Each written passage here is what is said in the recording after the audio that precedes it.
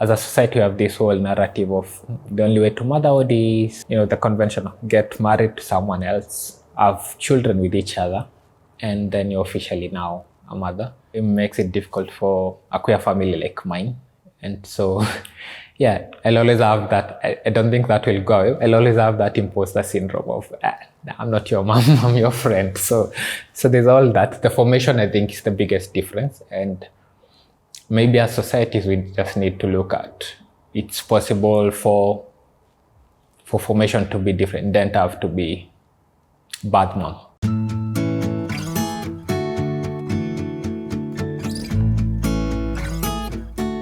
My name is Arya JP Karijo, chosen mother of 5 children. Mama lesbians right now, so we had a whole Mother's Day thing. And then one of them was like, oh yeah, you're now a mother of lesbians. I think that's the other funny thing about my chosen family. It's a family where the children are queer or they're not mainstream gender. So there's also that unique aspect. When I use the word chosen, it describes how we have constituted our family. So I chose my children, and they chose me back as their mother, and they kind of chose each other as siblings. So, and maybe to differentiate, like the difference between our family and regular families is there's no blood ties between the members of the family. So how my family was constituted, so the people who are now my children and myself were, I think from 2018, I got involved in activism work. So I would be called for panels and conferences and stuff, and would meet. And so with this particular 4 actually, because my son wasn't in the picture then, we kind of formed a bond. We'd check on each other. A lot of times they'd be going through a lot of either financial problems, and when they would struggle with their birth families, they're always there for each other, or they'd call me and I'd be there for each of them individually. And then there was also the ruling for the LGBT community in Kenya had appealed for decriminalization. They'd gone to court to ask this particular penal code law that says same-sex relationships are illegal, to ask for it to be decriminalized, not so they could get married, so that they don't get harassed by police, extorted, because there's no actual case being prosecuted. But if you look different, if you're like me, you look different, you're transgender, you're not even gay or anything, whatever, but you'd still get stopped by cops, threatened, and yeah, so those kind of things. So, but in 2019, May 24th, the court denied the petition. And so first there was a lot of lashback. So it was more of like, the court has confirmed you guys are illegal. And so we had a lot of lesbians being outed, especially not in places like this, Kilimani, because this is a bit up market. But if you live like where they lived, Kasarani and stuff, you had to move, because people are like, Nyamkwangi, my sisters, you two are not sisters, we know what you are. And so there was that veiled threat, now not coming from the police, from your neighbors and all that. And so it became more, like our duty of care to each other kind of increased.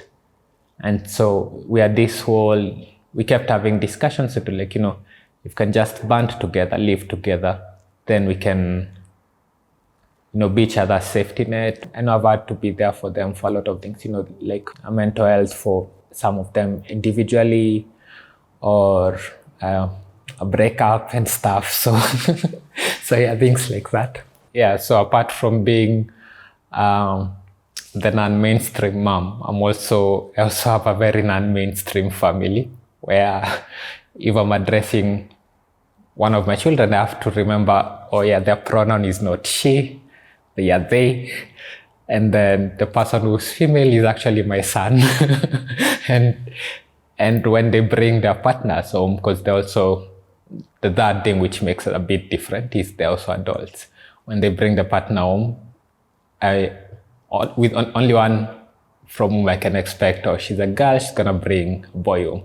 the rest of them, their partners will be, people of the same sex. So there's that whole thing of where I have to open my mind to all these possibilities, the possibilities of me being, a transgender woman who's a mom to 5, the possibility of my children not having the conventional accepted sexuality, and my children not being of the conventional accepted gender. So it's more family that's way out there, not on the beaten path here. The choice to love is what constitutes motherhood, and I think as a society we really have to open up our view.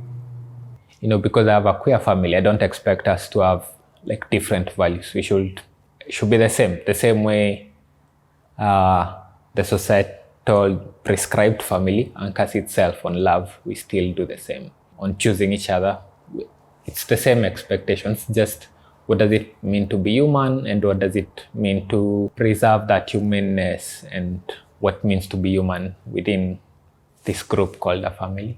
So I think it's just going back to the basics. As a society, I think we should just anchor ourselves on what it means to be human.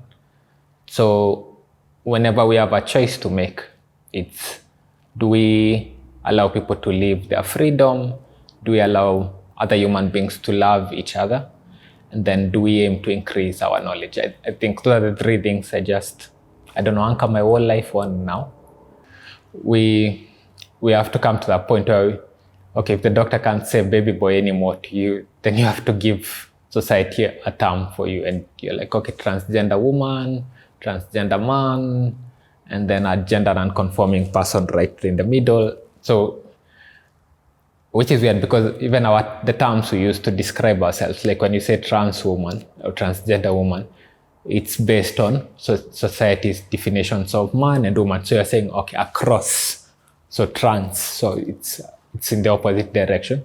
So it's already built on that foundation that society already has, a lot of gendered roles, and it gives them a point of reference, because I realize a lot of times when people treat you badly, it's either they don't have a point of reference or they're scared of difference, and it's not always malice, because someone who doesn't know you, why would they be malicious? So giving them words to use gives them a point of reference, but even without the words, if you could always just see each other as human beings, then that would be like the perfect world.